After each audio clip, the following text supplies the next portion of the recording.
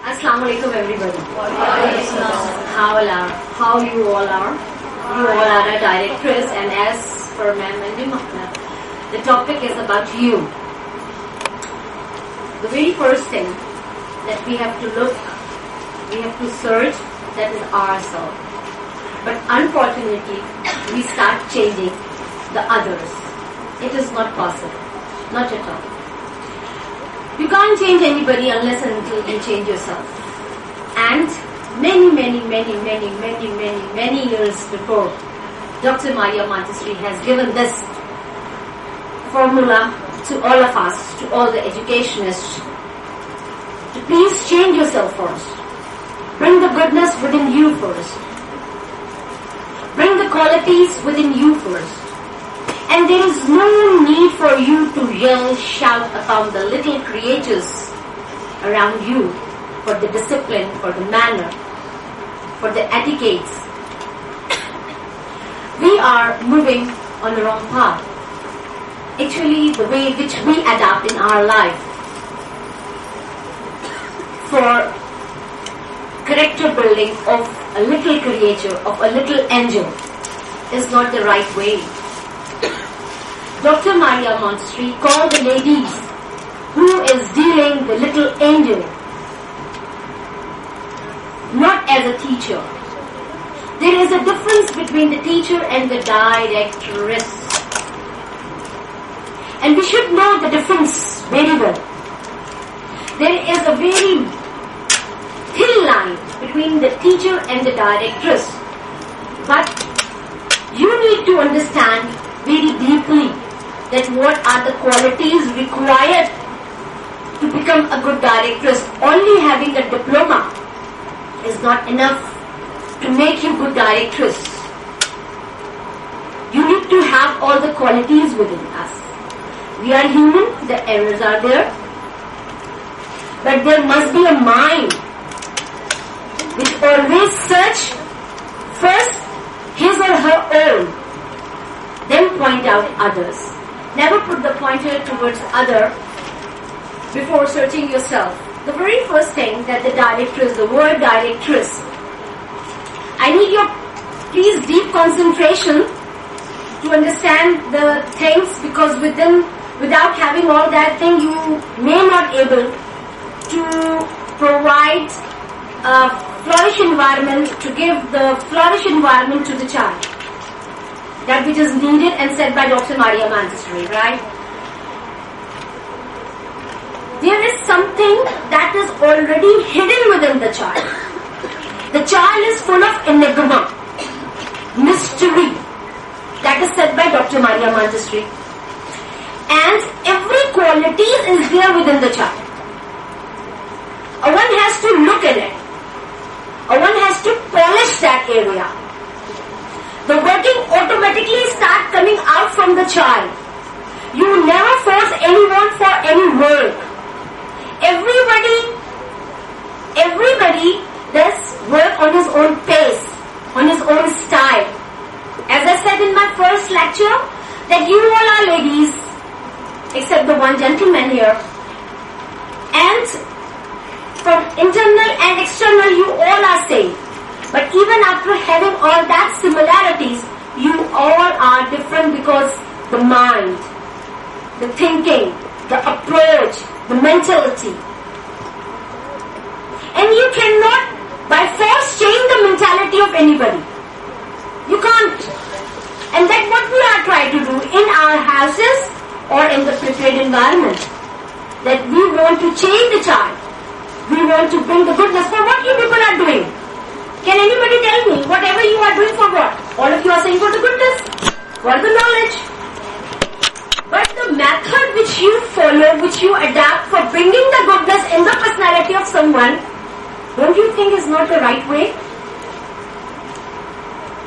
You start abusing, you start punishing, you start shouting, you start yelling for doing the good thing. Why you beat? Why you scold the child? For the goodness. So the method which you are applying here for bringing the goodness within the man is not the right. So once the method is not right, how the consequence will come in a right form, in a right way. the consequence will be very dangerous for the behavior which you adapt in the prepared environment with the children. This is what the reason Dr. Maria Montessori said, you people are the directors, not the direction giving on your own will.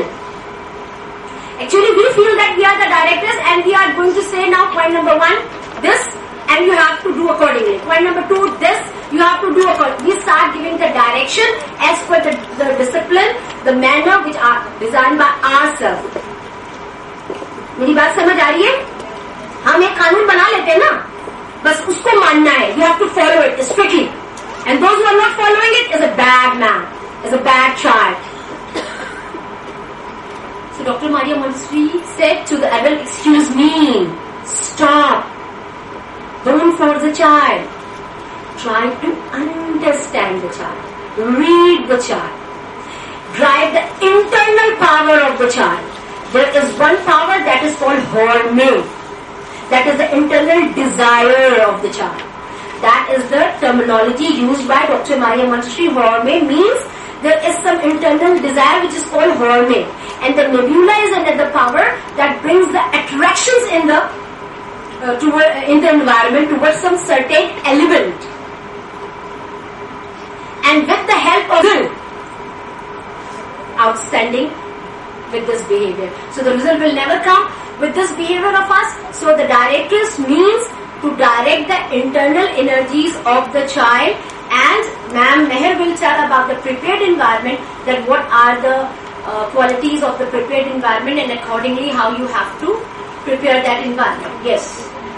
My first slide is this, that the teacher, the directress can serve the child in 3 ways. Directress समझ आ गई? Yes. ठीक है? अच्छा. But before of that, starting that, the reading, the writing, the manner, what is there for you to keep pouring the child? Can anybody give me the answer, as you have heard many lectures from our expertise? Can anybody say that? Can anybody tell me what you want to pour, what you have to pour? क्या डालते हैं आप बच्चे के अंदर? Is there anything which you make it in this world and pour it in the child, or Allah had already given all the qualities to the child? The child is only going to follow you, or you want to just make the mixture and pour it in the child? बताओ, आपने कोई mixture बना के इसके अंदर डालना है? The child is marinated by Allah subhanahu wa ta'ala. All the qualities is given. Even the intelligence, he borns without the intelligence, but the sensitivity towards some certain element has already given him. You need to give an environment where the sensitivity arises.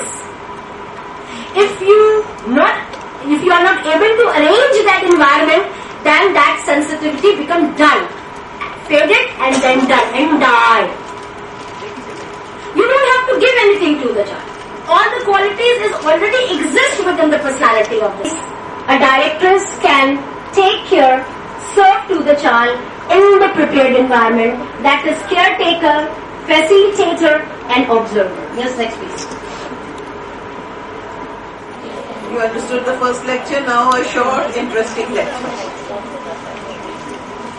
The topic is, can you hear me? Yes. So, prepared environment is the Montessori classroom. Who manages it? The directress. And here we have a picture I found specially for you of the original Casa di Bambini. Here you can see different children. What they are doing. Each one is busy in their own work. And this is the concept of the Montessori system. Many of you question that if the directress is busy with one person, what should the other children do? The other children should be busy like this. If you allow a child to choose the activity of his own choice, then he may work uninterrupted. Okay, so when you as a trained person will come out of your training, then what happens? When someone is trained to become a directress, she feels that an ideal situation will be ready for her as a directress in the prepared environment. We feel now I am trained, I will be able to manage very well. But what is the reality? The reality is very different. A directress will be faced with many problems if she does not manage her prepared environment very well. Every teacher has problems in managing the classroom. So what will happen? She will face problems if she is not in control of the situation. Here you see the directress is managing well. Children are busy. Can you see the directress on one side? She is not on the children's side. She is working, giving presentation to another child. Sometimes preparing the material, sometimes giving presentations. Is the main link between the child and the environment. Her task is to make the child comfortable and relaxed in the environment. You see the directress is giving the presentation. She is working with one child and others are watching her, but she does not interrupt them. Let them watch if they are watching. They are not disturbing anybody. They are not disturbing the directress. They are just watching. The directress has used all her qualities of observation, patience, and sympathy, love for the child. You cannot just shout on the child if child is making a mistake, because this will disturb the whole tempo of the classroom environment. If one person shouts, others stop and look and listen. If the directress is scolding one child, others may be disturbed. So it affects the working in the classroom. So have patience and have love for the child. A directress has to plan out her work for the day, but certain decisions have to be taken on the spot according to the response of the child. See, I have planned out an activity that I will do nice painting with the children, but some children don't want to put the paint on their hands. Some are doing, some are refusing. So what happens? The work finishes off quickly. Then we have to have a second plan what to continue after that. The children may not be interested in a certain activity for very long, so always a second activity should be prepared in the mind of the directress. So just as I gave you the example of painting, that they do not want to touch the paint with their hands, they do not want to do it. So those who are not doing it will lessen the time of that slot. And then you have to move on to the next activity. And next activity can be something else. Here you can see she is showing them flowers, she is showing them shapes. So anything which will capture the interest of the child, that has to be done to maintain discipline and a proper environment, a working environment. The director should be able to observe the child well, so she knows that the child is ready for the next level or exercise of the same material. Here you see child is working with the sensorial material of constructive practice. And this has many boxes.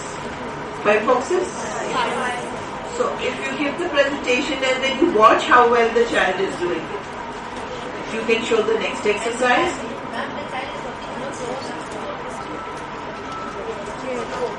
Floor mat.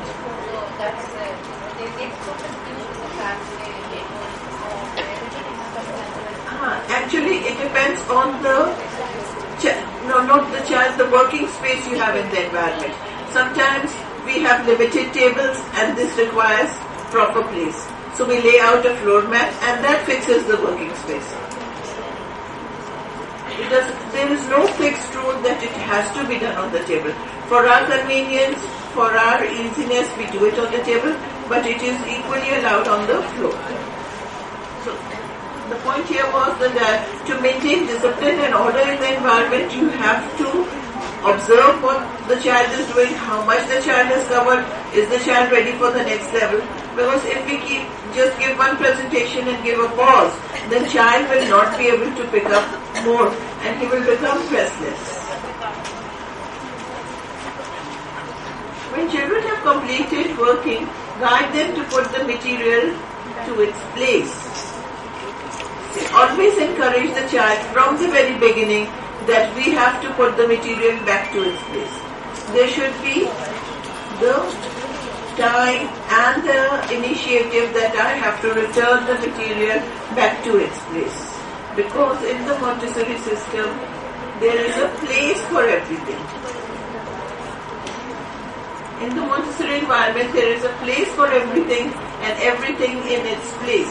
And this you all know, that we have fixed places for the material. We cannot just leave it randomly here or there. I finished, so I just leave it and walk off. That is not allowed. If child is not willing to do at that time, to maintain the environment effectively, you have to go to the child. Let the child be with you while you will replace. We cannot force the child that you have to put it back. You can only take the child with you and show the child that, see, I'm putting it back over here. This helps to maintain order in the environment and manage it effectively. If there is no place for things, there is disturbance and confusion. Children waste time looking for the things and sometimes even lose interest in working with that particular exercise. To maintain the prepared environment effectively, discipline is very important. So what is discipline? Discipline is to have peace, comfort, calm environment. Discipline should be from within and not forced. We cannot just convince a child by words that this is discipline. That will be forced. You ask a child, you scold somebody, be quiet. And as you generally see in the schools, when the teacher is there, everybody is quiet. As soon as the teacher goes out, there is talking, shouting, getting up from the seats. But with the Montessori children, it is not so. They develop an inner discipline. They organize their work. They work with concentration. They work with interest. And they complete their cycle of activity and they put it away. So, inner discipline is achieved by work, which is done by choice and freedom, as in the Montessori environment. This is also a picture from the old Montessori schools. It does not say whether it's Cassati Bambini or not, but it is from the old times. Children are working, the other one is helping. One is working, the other is helping. And there is inner discipline. There is no conflict between them. I want to do, I want to do. They will wait for the turn, one has done, the other one will do.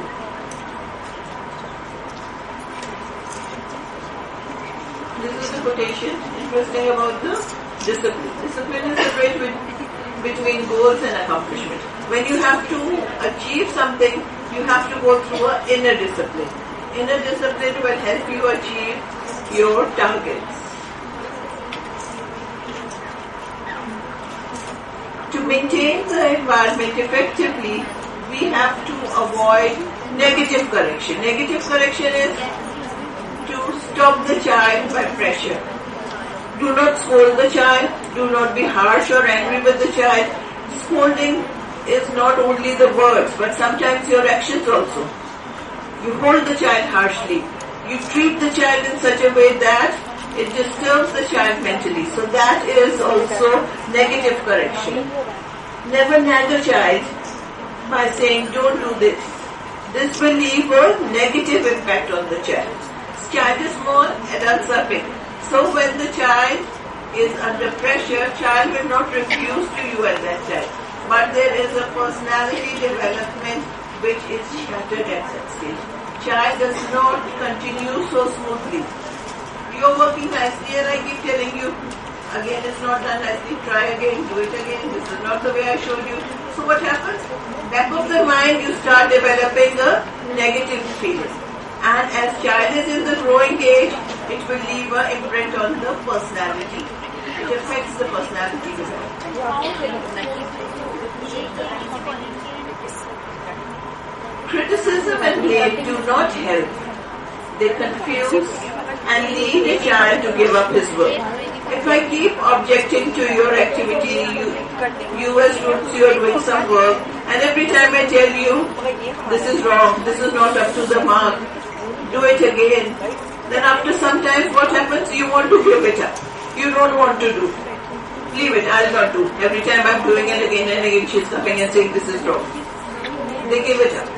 So we don't want the child to give up the work. We want the child to gain maximum benefit through the Montessori apparatus.